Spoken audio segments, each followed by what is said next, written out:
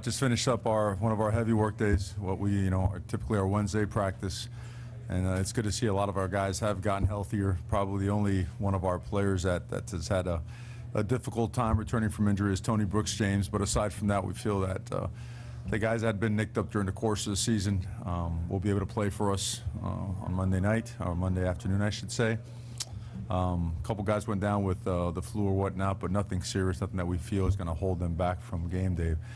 But overall, just really appreciative of everything, the way the bowl representatives and committee have bent over backwards to really make this a really enjoyable stay, a very, I would say, just easy transitions from the practice fields to the facilities to making sure the hotel's done an unbelievable job providing meeting rooms and space to be able to walk through and review what we need to as we game prep for Michigan State. So all in all, it's been a great experience, and we're getting closer to game time now, 72 hours out, a little bit less, and important obviously for our guys to really start zeroing in on the task at hand and understanding the challenge that we have.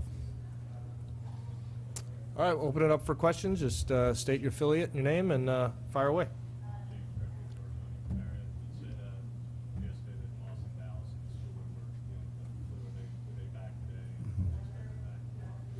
Yeah, Austin and Dallas were full go today. Schooler was still a little bit run down, so we held him out from a precautionary standpoint, but don't expect any issues with him. We still have 2 more practice days leading up to the game.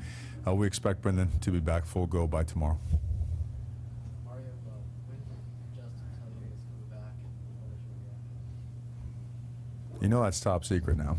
That'll never come out. But obviously a tremendous explosion of just emotion and gratitude for him, his family, for their trust in us and confidence in us to continue his development.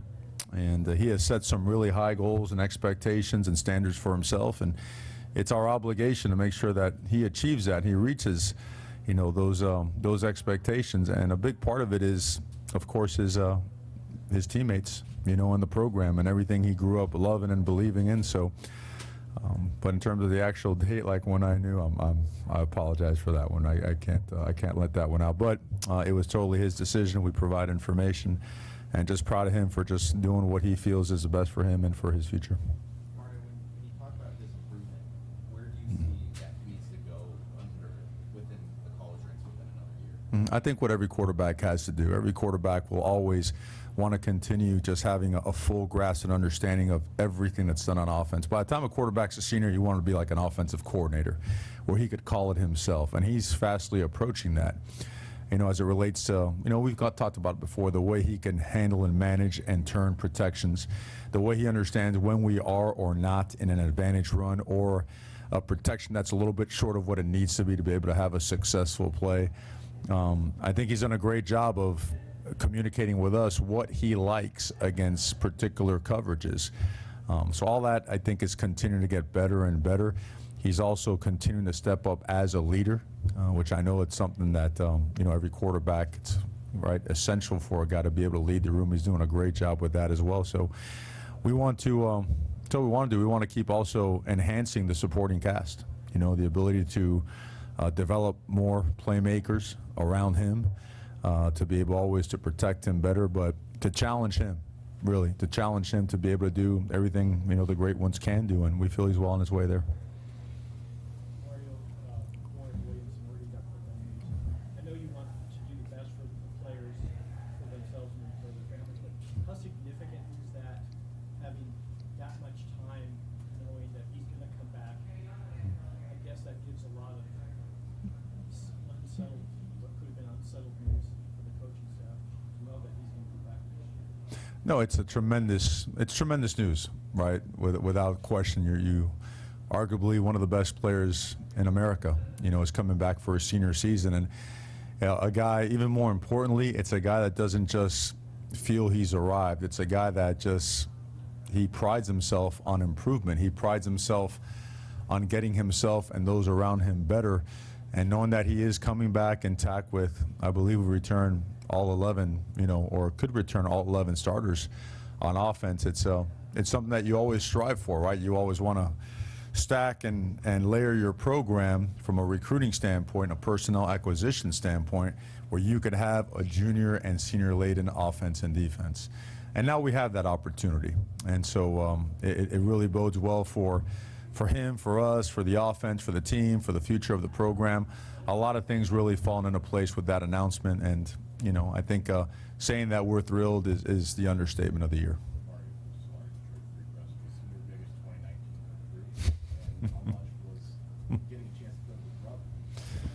Well, I mean, I'm sure it plays into it. I know I had a chance to play with my brother back in, you know, like 4, 5, 6 decades ago, and it's a big thing. I know it's something that you take pride in. It's something that you do dream of. I mean, it's really special.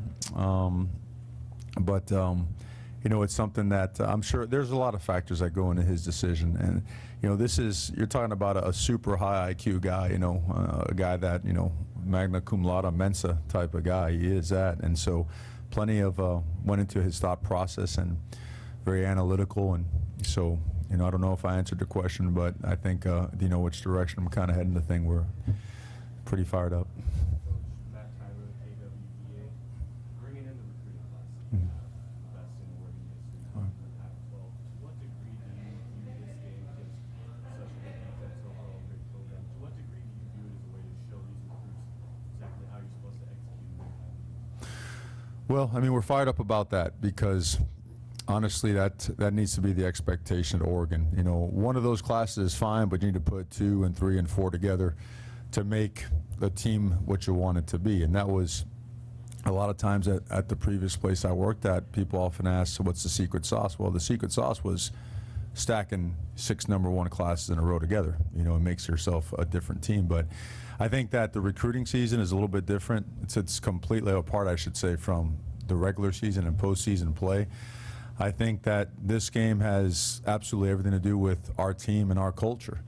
Understanding that, you know, we've elevated in several areas this season in the program, and we have to take a significant step on how we play, the type of football we play when we're on the road, particularly against a team like Michigan State. Understanding that this is not a top 5, a top 10 defense against, this is the #1 run stopping defense in America. And the pass defense isn't very far, but I know sometimes the statistics might get skewed because one side does so well, but they're one of the top defenses in America, period.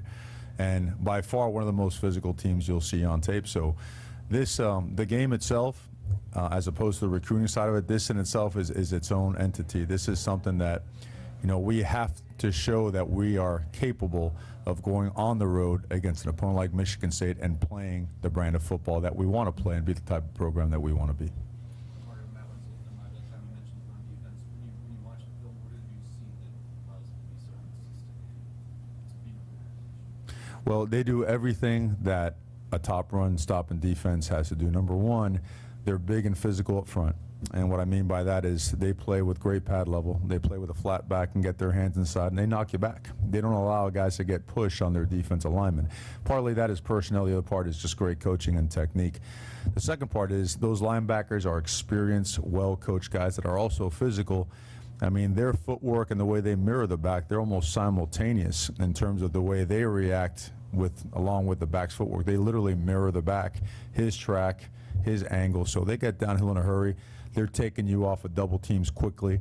They mix in their pressures, and they do it in a fashion where they disguise it so well that it's hard for those big guys to get a tip that they are coming with pressure. So they'll catch you a step short, an angle that's off a little bit, and all of a sudden there's penetration, and you're in 2nd 11 and 2nd and 12. And they did it to everybody they played against, whether it be Ohio State, whether it be Penn State, you name it. They've had tremendous amount of success. The thing that often gets kind of lost in the whole thing is their offensive line is equally physical, and when they get it rolling, they're equally as effective as any of the other teams in the Big Ten. So we certainly respect and give credit to both sides, and that's why we have been training and working the way we have. We understand that this certainly is a different kind of test that we're facing. Mario, what's the difference between this year's bowl week and just last year when you guys were coming off? I mean, you were still in the middle of the recruiting period. Yeah, well, yeah, it was transition. I don't know if it was 10, 11 days out. We didn't know who was coming, who was going, you know, in terms of, you know, our staff, our people in the building. you know, it was pretty chaotic. It really was. And because it was the first year of the early signing period, we really couldn't get out and make contact with those recruits to just reestablish or firm up the relationships we had. So we tried to squeeze in a visit right before we went to Las Vegas, and it was, I guess, organized chaos describes it best. That's what it was. That's what it was. But we did our best, you know, and we never pointed any fingers or gave any excuses why we didn't play so well, or why, you know, it was tough to manage the recruiting side of it. You know, you're dealt those cards and do the best you can, and we did. We truly did. We just certainly we feel a lot more, I would say, settled now, being a year in, having just a regular process leading into the contact period, signing day, and still having your time to prepare for your opponent. So two very different processes as it relates to the opponent and bowl time. There's been so much talk today about next season with Justin coming back and the potential of 11 offensive starters in the recruiting class. How do you kind of compartmentalize that and get guys focused in on? Sure. Well, I think Justin did that for us by making his announcement before we left Eugene. I mean, that's what he wanted to do. He wanted all the focus to be on this game, and our players have. They've done a good job with that, and so have we. And we've. It's very easy once you look at the opponent. Just when you mention the name of the opponent and then you watch them on tape, it's there are no distractions. We recognize, you know, how good they are, and so our guys have done a really good job making sure that we're paying attention to the details that are required to prepare the right way for a game like this.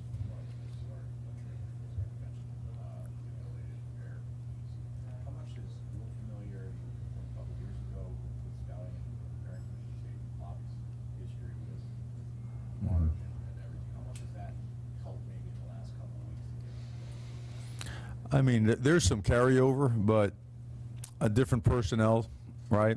You know, and certainly we have different personnel than what we had at, you know, when I was at Alabama. So there's some familiarity. I mean, you could lean on some of the stuff that you've seen in the past just to understand what they're doing from a schematic standpoint, just a base philosophy standpoint.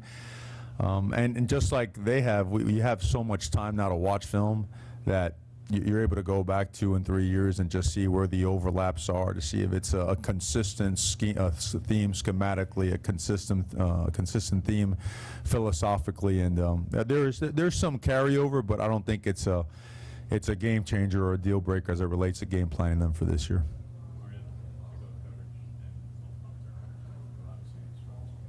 Mm-hmm.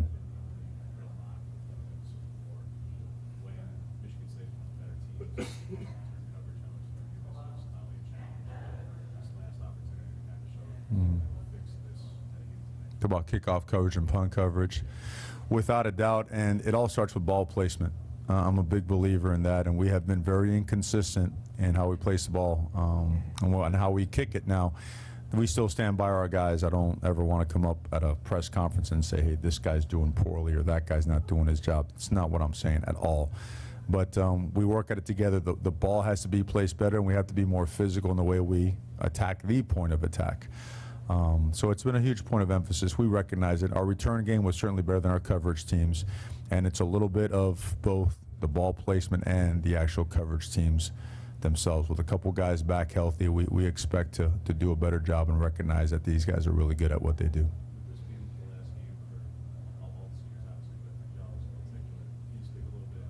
It sounds nuanced and really insightful, but he's not playing his true position, and just the difficulty that comes with that he would probably be an ideal 6 or maybe a 9, but he's got to play more of a 4, and that's really spot where he is. Yeah, you know, at times, I mean, I think those guys, once they go to the next level, they're going to be asked to do a couple of different things, and I recognize that. He's, you know, 4 eyes, you know, the 4 eyes that you see at the next level are in the 320 range or whatnot, right? 6'6", 6'7", and he's just so strong, and he's so versatile, and he's so athletic that he's been effective everywhere we've put him. We've put him as a shade. We stood him up as a nose and pass rush sometimes on 3rd down. We've done a lot of things with him, and we just think he's that kind of a player that, regardless of whether he fits the mold of that position or not, that we have to get him on the field and play him. And sometimes, even if it doesn't quite fit the specs for the position, but he's been really effective, and we've been extremely pleased with everything he's done. Mark, that time with KWBA, getting to a lot of that obviously helps in the middle of the defense and what he brings, but just as a person, as a player, being that it's his senior year, kind of sense that Yeah, if you know Lana, you'll know what an awesome presence he is in every way, shape, or form imaginable. So having him back has been a huge boost. You especially feel it in practice because he does have that kind of juice and that kind of energy, and he gets everybody going, and everyone knows that everything about him and from him comes from the heart. There's no lie or head faking or nonsense to him. He's all about doing it the right way and being real about it. So having him back has been great. I know he's tough to block, so our offensive lineman may not be as pleased as I am that he's back, but it's awesome to have him back, and we expect him, and he expects himself to go out there and play his best football. Matt Crane, 24/7 Sports. You talked about preparing for Michigan State. How much has the off-the-field coaching staff, guys, your analysts, have helped in that? I don't think you guys have had a program with that many guys in that position before. So how much of an impact has that? Well, it helps when you're during the contact period, when you're trying to finalize the recruiting class and firm it up. When you come off the road, you have to jump right into practices. In fact, our last official visit included 3 practices. Well, our guys literally got back into Eugene, what was it, midnight Thursday night to start a Friday a.m. official visit. And the analysts and graduate assistants had done a great job of getting ahead and breaking down to be able to present the opponent to us in detail to, so to speak, ramp us up a little bit more quickly in our preparation. So no, they're ultra valuable. And, guys like, all those guys, Gilbertson and Chance and Langsdorf, they've all, Kwame, they're exceptional at what they do, and they certainly we appreciate them. Do you expect to expand that number of guys off the field? Well, it depends on, we'll see. Those things are always helpful. They are. I think college football is going this way instead of that way, and kind of see what the trend is and how it goes. There's something being tabled as it relates to the analyst with the NCAA where they might actually be able to coach during the week but not coach on game day, which would be probably a game changer of sorts in terms of the way you stack your coaching staff, and your flow chart as it relates to your program. So we'll see. We're certainly, there's so many things going on, as you can see, but quite honestly, guys, with as much as we have to prove as a program, our complete focus has been strictly on the opponent and the game that we have coming up, and it needs to be. But those things, as soon as, the game is come and gone, then we'll jump all over it. One last question for Coach in the back. Coach, I asked Coach D'Antonio about your past history, if you guys had met. He said you hadn't until this trip. Your impressions of his coaching style and of him personally? Well, it's hard to say that. I think everyone's followed Coach D'Antonio and what he has done, and I think his teams have always embodied what he stands for. It's not difficult to see. They're always going to be disciplined, physical, tough, and work hard and play hard. And he's at obviously a very well established and a great institution where they attract major league talent. So now all of those intangibles are matched with high-level personnel, elite personnel. So it's a heck of a combination. I had the opportunity as an offensive line coach to coach against them in 15, and you know what? Yeah, the score is not indicative of the type of battle that was. I think we just happened to have a couple really fast guys outside that made some plays, but all the respect in the world for Coach and his program.